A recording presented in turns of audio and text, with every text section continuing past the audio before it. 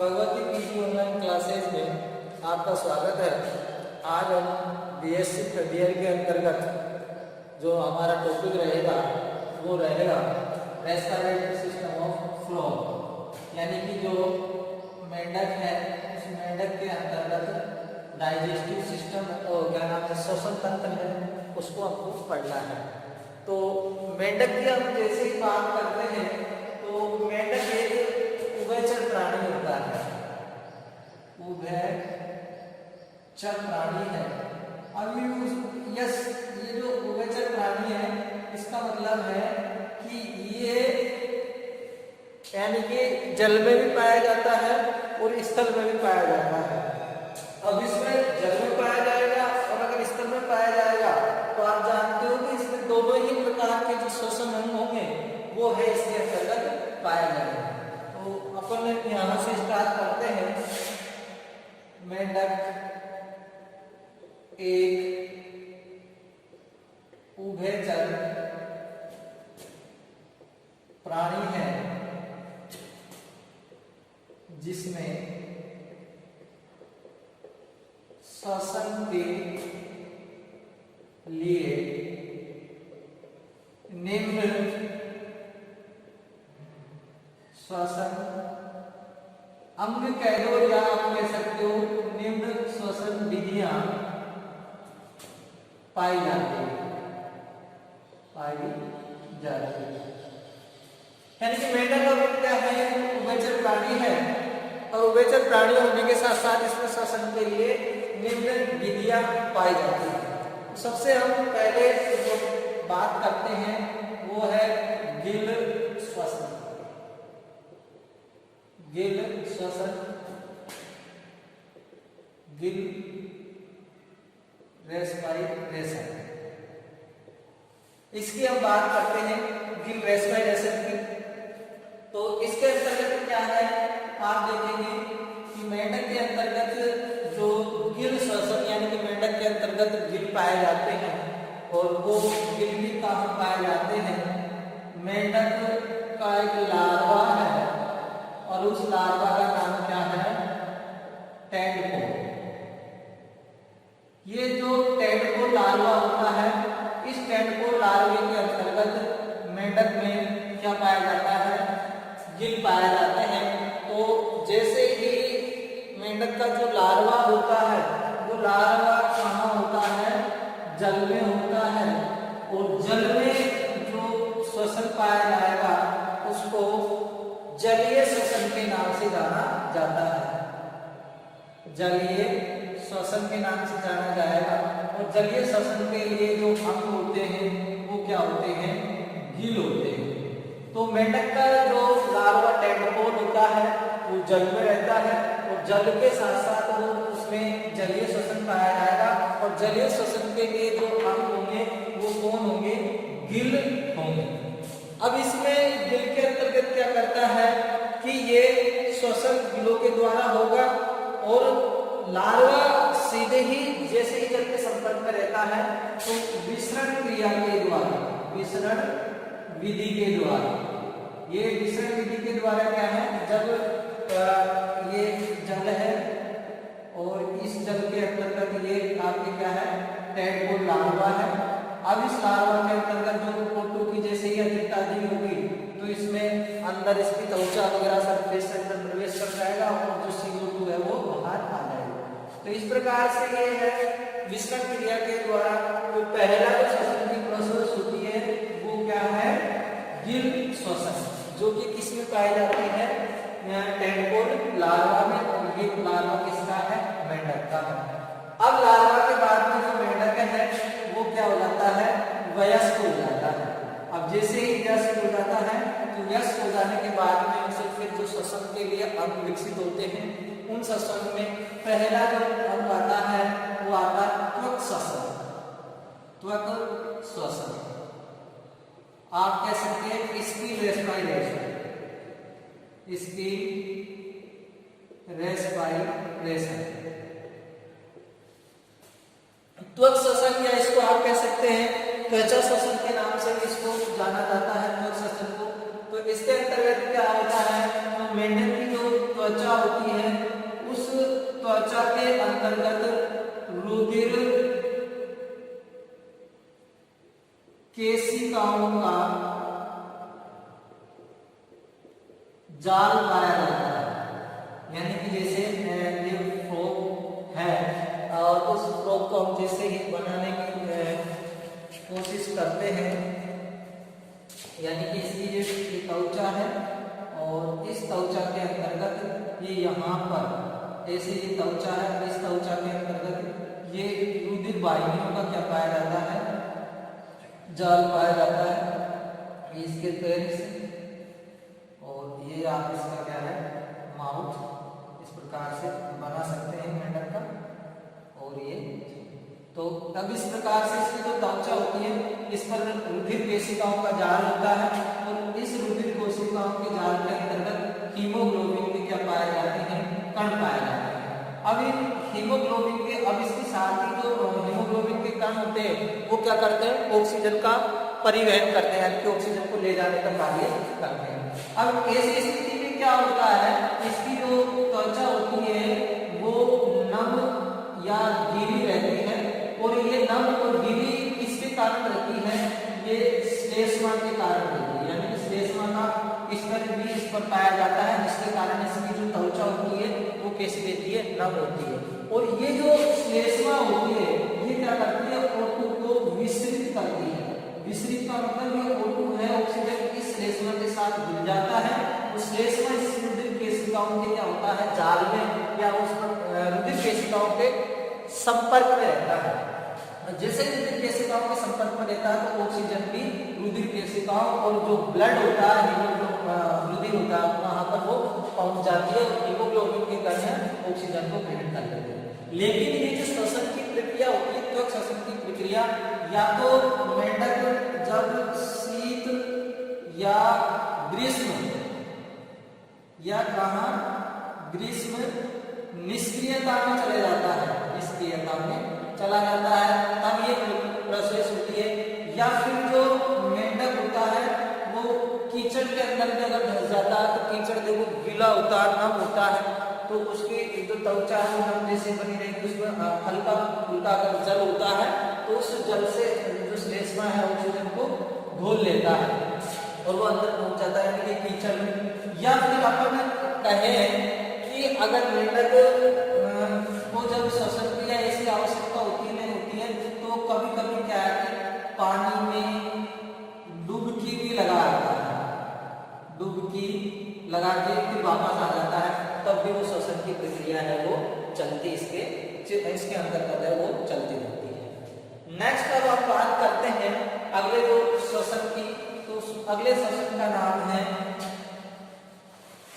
तो ये आपको ध्यान रखना है कि मेंढक में जो त्वक श्वसन है यानी वो पाया जाता है और वो जो सामान्यतः पाया जाता है वो कब पाया जाता है, जब वह या तो कीचड़ शीत निष्क्रिय या ग्रीष्म निष्क्रियता की अवस्था में होता है तब वो पाया जाता है। अगला अपना थर्ड है मुख ग्रसनी श्वसन। मुख ग्रसनी श्वसन बक्को फेरिंजियल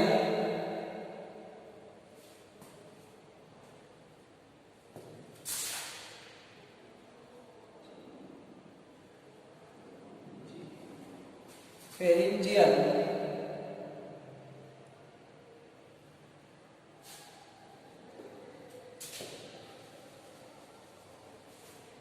फेरिंजियल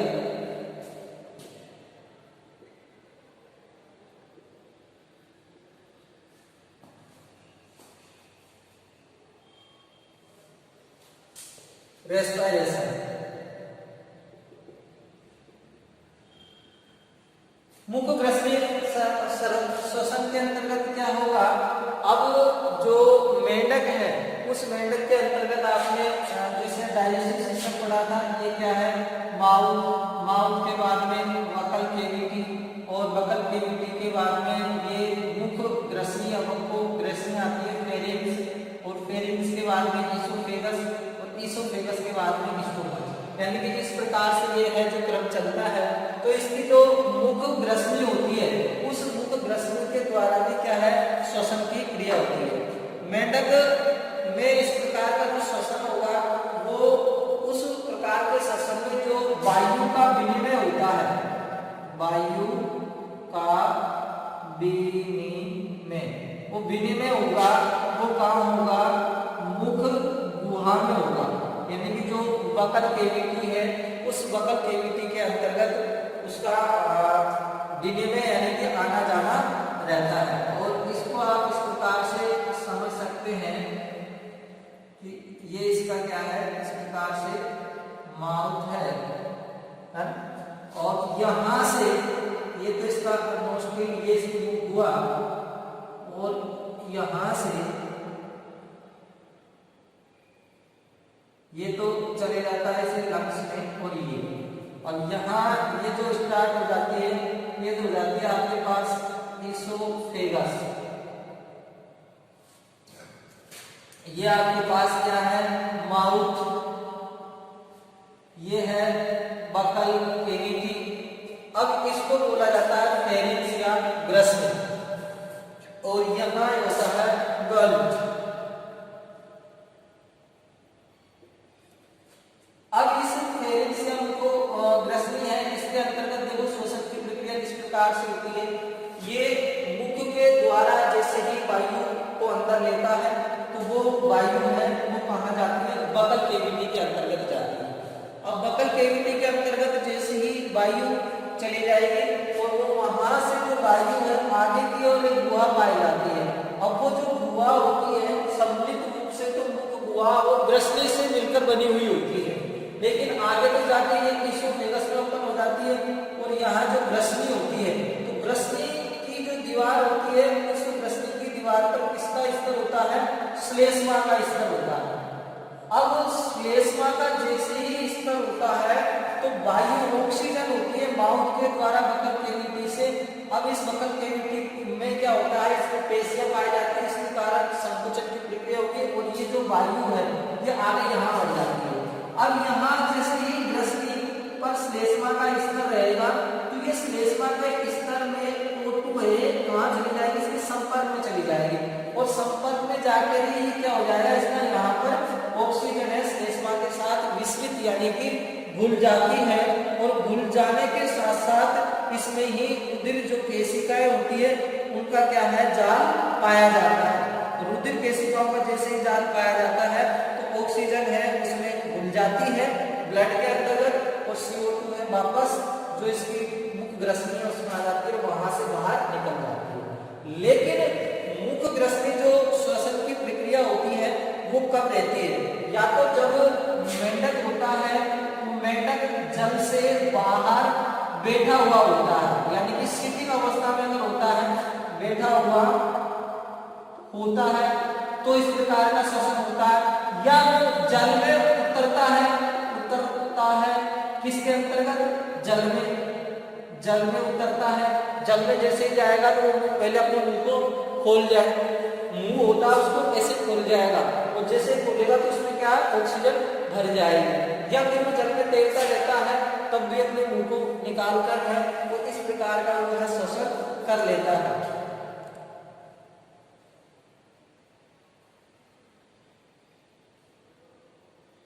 और इस प्रकार का जो श्वसन होता है, इस प्रकार के श्वसन में जो मेंढक होता है अपने मुख को लयबद्ध तरीके से खोलता एवं बंद करता रहता है, यानी कि लयबद्ध जो तरीका होगा उसे खोलता रहेगा और बंद करता रहेगा।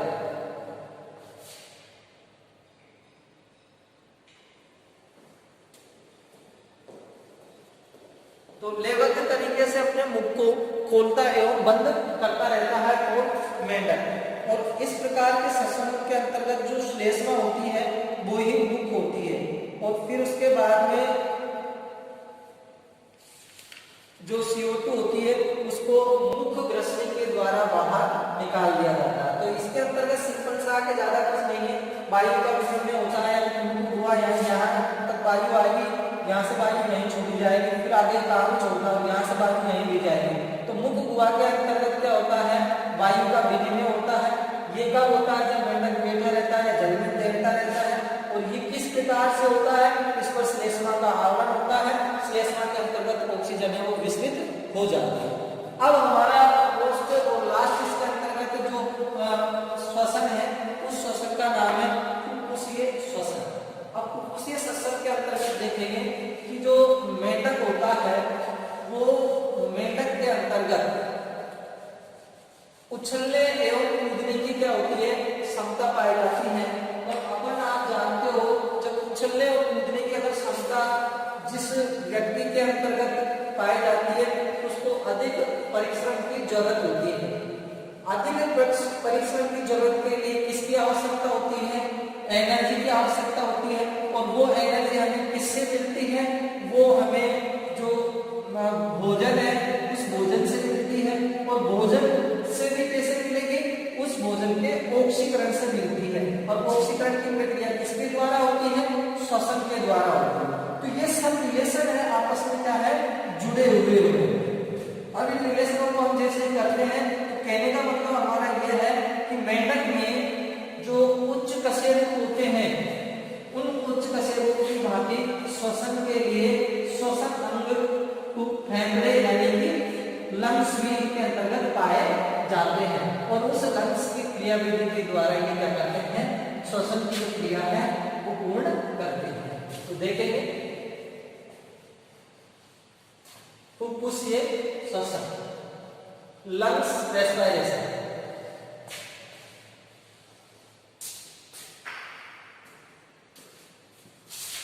फोर्थ नंबर पर आता है फुफ्फुसीय श्वसन।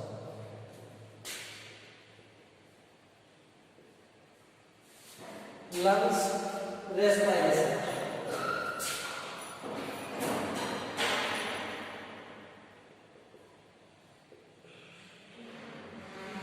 इस लंग्स रेस्पिरेशन के द्वारा देखेंगे मेंढक साधारणतः त्वचा, मुख और ग्रसनी के द्वारा तो श्वसन करता है, लेकिन उछल कूद करने के साथ साथ इसमें अधिक एनर्जी की आवश्यकता होती है।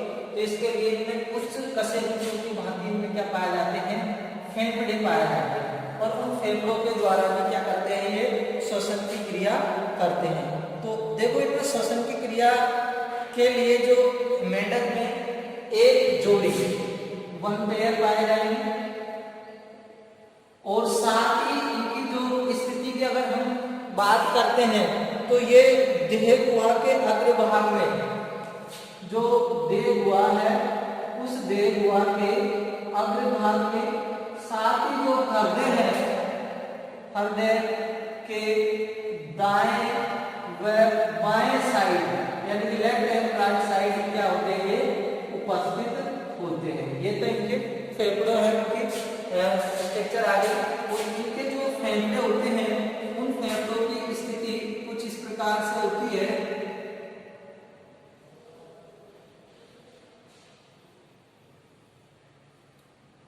यह आपका ग्लोटिक्स यानी कि घाटी द्वार, घाटी द्वार होता है। इसके अंतर्गत ये इस प्रकार से क्या है, बहुत सारे सेप्टा बने हुए होते हैं। और ये सेप्टा किससे बने हुए होते हैं, इसकी जो उपकला स्तर होते हैं उस उपकला स्तर में क्या हो जाता है, अंतर्बलन हो जाता है। और अंतर्बलन के कारण ये पट्ट या सेप्टा में बढ़ जाते हैं। और जितने अधिक इनके अंतर्गत सेप्टा बनेंगे उन सेप्टा से ही इनका निर्माण होता है, रुधिर उनका कूपिकाओं का निर्माण होता है। इनको कहा जाता है सेप्टा। और ये सेप्टा का निर्माण होता है वो होता है आपके मैंने बताया था आपको कि उपकला स्तर, उपकला स्तर के अंतर्बलन से, अंतर्बलन यानी कि उपकला का ये जो स्तर होता है ये कभी कभी ये जो स्तर अंतर का ये इस प्रकार से फोल्ड हो जाता है, फिर ये फोल्ड हो जाता है इस प्रकार। तो इस प्रकार से सेप्टा का निर्माण होगा। और जितने अधिक सेप्टाएं होंगे उतने किसका निर्माण होगा, इसमें कूपिकाओं। अब आप इस तरीके से जानते हो कूपिकाओं में क्या होता है, तो रुधिर केशिकाओं का जाल होता है। रुधिर केशिकाओं का क्या होता है, जाल होता है। ये ग्लोटिक्स नाड़ी द्वार होता है, जिसके द्वारा क्या है कि जो ऑक्सीजन है वो इन फेफड़ों में क्या करती है, प्रवेश करती है। तो इस प्रकार से इसमें ये मेंढक में लंग्स पाए जाते हैं, वो कितने होते हैं, 1 पेयर होते हैं, और देह गुहा के अग्रभाग में हृदय के बाएं एवं दाएं साइड दोनों तरफ ये क्या है, स्थित होते हैं। अब इनके अंतर्गत जो कोशिकाएं हैं उनमें रुधिर केशिकाओं का जाल यानी कि ब्लड का संपर्क रहता है, और इन रुधिर केशिकाओं या ब्लड के अंतर्गत हीमोग्लोबिन होता है, और वो हीमोग्लोबिन ऑक्सीजन के साथ मिल जाता है और ऑक्सीजन का परिवहन शरीर के अंतर्गत करता है। और जो CO2 होती है वो इनकी कोशिकाओं, रुधिर केशिकाओं से कोशिकाओं से ये फेफड़ों से शरीर से बाहर निकाल दी जाती है। तो इस प्रकार से इनमें फेफड़े पाए जाते हैं, जिनके द्वारा क्या होती है, श्वसन की प्रक्रिया होती है। अब हम देखते हैं फुफ्फुसीय श्वसन की क्रिया विधि, मैकेनिज्म ऑफ लंग्स रेस्पिरेशन, क्रिया विधि। अब इस क्रिया विधि के अंतर्गत देखो क्या होता है, किस प्रकार से क्रिया होती है। मेंढक में जो फुफ्फुसीय श्वसन होता है वो तैरते समय या भूमि पर रहते समय होता है। सबसे पहले तो फुफ्फुसीय जो श्वसन होगा वो भूमि पर या तैरते समय होता है। फुफ्फुसीय श्वसन या तो वो तैरता है या फिर धरातल पर बैठा रहता है या भूमि पर, ऐसे लिखो, भूमि पर या तो होता है या वो तैरता रहता है, उस समय फुफ्फुसीय श्वसन की क्या होती है, क्रिया होती है। अब इस फुफ्फुसीय श्वसन के कारण क्या है, एक तो इसमें मेंढक में रिब्स यानी कि जो पसलियां होती है वो क्या होती है, एब्सेंट होती है, यानी कि पसलियां नहीं पाई जाती है, जिसके कारण इसके आकार में क्या है कि वृद्धि नहीं होती है, यानी कि आकार है वो कम ज्यादा नहीं होता है। साथ ही फुफ्फुसीय श्वसन में जो गतियां होती है, मुख्य श्वसन जो होता है वो मुख के खुलने व बंद होने से होता है, यानी कि इसका जो मुख खुला है बंद है, खुला है बंद है, जैसे ही खुला रहेगा तो इसका मतलब है जो अंदर मुख गुहा के अंतर्गत जो ऑक्सीजन थी वो फेफड़ों में चली जाती है, और जैसे ही ये मतलब खुला रहेगा तो अंदर उसके अंदर ऑक्सीजन होगी वो बाहर आएगी, और जैसे ही बंद होता है तो मुख गुहा की ऑक्सीजन है वो फेफड़ों में चली जाती है। वो भी मैं आपको क्रिया विधि वो बताऊंगा। और मुख श्वसन की जो क्रिया विधि है मुख्यतः 2 चरणों में होती है। एक तो इनके अंदर होती है निःश्वसन, इसको इंस्पायरेशन कहते हैं, और एक होती है निःश्वसन जिसको एक्सपायरेशन कहते हैं।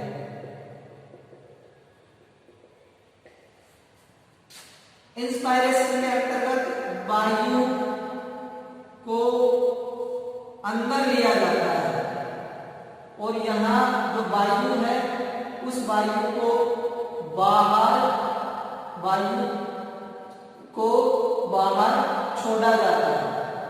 ये इसके अंतर्गत होता है। वायु होती है, उस वायु को क्या किया जाता है, बाहर छोड़ा जाता है निःश्वसन के अंतर्गत, और इंस्पायरेशन है उसके अंतर्गत वायु को अंदर लिया जाता है। अब इसके अंतर्गत क्रिया विधि में देखेंगे, सबसे पहले निःश्वसन में स्टेरॉइड पेशियों में क्या होता है, संकुचन होता है, स्टेरनोहाइड,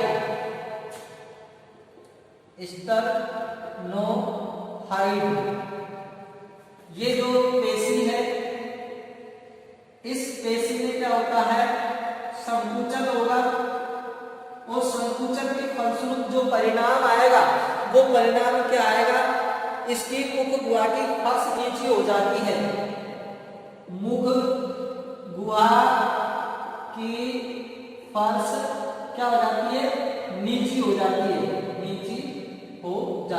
ये इसके अंतर्गत परिणाम आया कि इनके अंतर्गत स्टेरॉइड जो पेशियां होती है निःश्वसन में वो मुख गुहा की फर्श को नीचे करती है, जिससे मुख गुहा का क्या हो जाएगा, जो आयतन है वो आयतन क्या हो जाएगा, बढ़ जाएगा। अब आयतन जैसे ही बढ़ेगा तो क्या होगा, ऑक्सीजन अधिक आएगी। अब जिससे ऑक्सीजन मुख गुहा में पहुंचती है।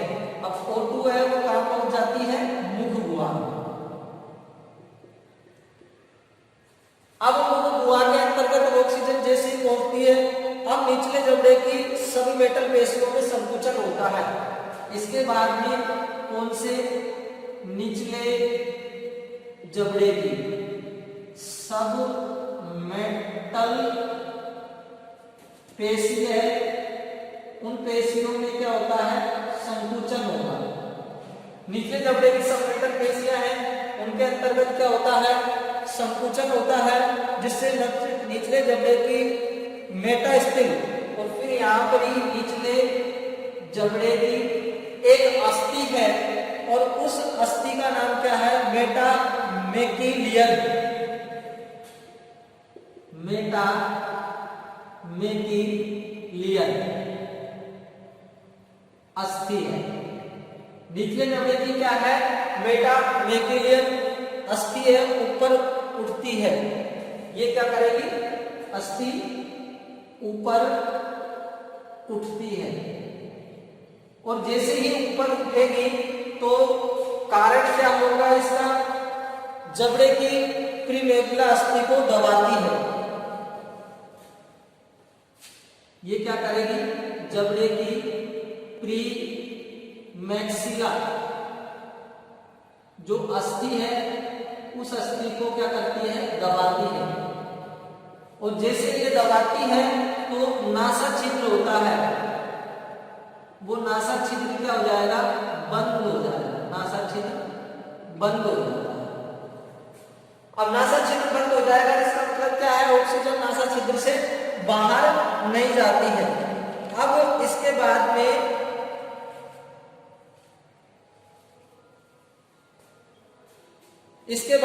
एक अस्थि है और उस अस्थि का नाम है पेट्रोहाइड। ये जो अस्थि है, इस अस्थि के अंतर्गत क्या होता है, इस अस्थि में संकुचन होगा और मुख गुहा का फर्श ऊपर उठता है। इसमें क्या होता है, संकुचन होता है। और यहां लिख देता हूं, मुख गुहा का फर्श ऊपर उठता है। मुख गुहा है, उस मुख गुहा का क्या है, फर्श ऊपर उठता है, जिससे मुख गुहा का आयतन बढ़ जाता है। और जैसे मुख गुहा का आयतन बढ़ेगा और तो जो वायु है वो कहाँ है, फेफड़ों में प्रवेश कर जाएगी। फिर यहाँ पे मुख गुहा का आयतन है वो बढ़ जाता है और वायु फेफड़ों में प्रवेश कर जाती है। क्या होता है, सबसे पहले वायु जैसे ही स्टूडेंट पेशियों में संकुचन होगा, यानी कि मुख गुहा जैसे खुलेगी तो मुख गुहा की फर्श नीचे हो जाती है और नीचे हो जाने से इसका क्या है, आयतन बढ़ेगा। आयतन जैसे ही बढ़ता है तो निचले जबड़े की पेशियों में संकुचन होगा और ये अस्थि ऊपर उठती है।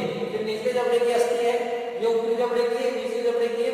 तो जैसे ही संकुचन होगा तो फिर ये नासा छिद्र को बंद कर देगी। अब वायु क्या है, बाहर नहीं जाएगी। यानी कि ये इसकी क्या है, मुख गुहा है। इसमें जैसे ही संकुचन होगा तो मुख गुहा का क्या है, ये आयतन है, ये तो क्या हो जाता है, बढ़ जाता है।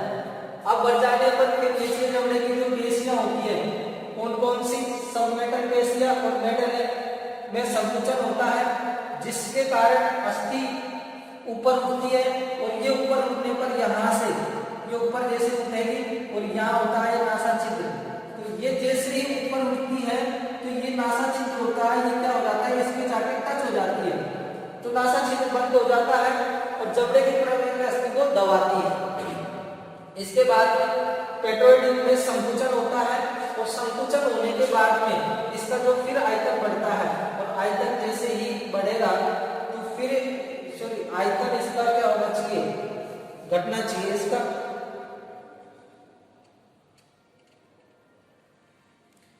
मतलब इसका फिर यहाँ आयतन बढ़ा दिया, फिर यहाँ से घटेगा तो ये जो ऑक्सीजन होती है वो फेफड़ों में प्रवेश कर जाती है। आयतन है यहाँ मुख पर घटाना है वो।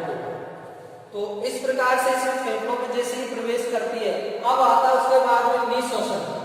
निःश्वसन के अंतर्गत क्या होगा, अब जो ऑक्सीजन है यानी कि जैसे फेफड़ों में प्रवेश करती है तो यहाँ पर ग्लोटिक्स यानी कि जो घाटी द्वार है वो घाटी द्वार क्या हो जाता है, बंद हो जाता है। और जैसे ही बंद होता है अब क्या होगा, उदर की पेशियां होगी, पेशियों की दीवार में, उदर ये पेट की जो पेशियों की दीवार है उनके अंतर्गत क्या होता है, मेंढक के अंतर्गत उनमें संकुचन होता है। अब जैसे ही संकुचन होगा तो ये फेफड़े में भी क्या लगेगा, दाब लगेगा, और दाब जैसे ही लगेगा तो अशुद्ध वायु है या CO2 होती है वो घाटी द्वार पर दबाव डालती है, जिससे घाटी द्वार क्या हो जाता है, ओपन हो जाता है, और वो वायु फिर मुख गुहा से नासा छिद्र जो कि ओपन हो ही गया है वहां से ये बाहर निकल जाती है। तो इस प्रकार से मेंढक में जो श्वसन की प्रक्रिया है वो कंप्लीट होती है। एक बार और आप अगर बुक से देखेंगे पढ़ के अच्छी तरीके से तो ये आराम से आपके हैं जो समझ में आ जाएगा। तो इस प्रकार से ये अपनी जो श्वसन की जो क्रिया है वो कंप्लीट होती है, इसके अंतर्गत, मेंढक के अंतर्गत।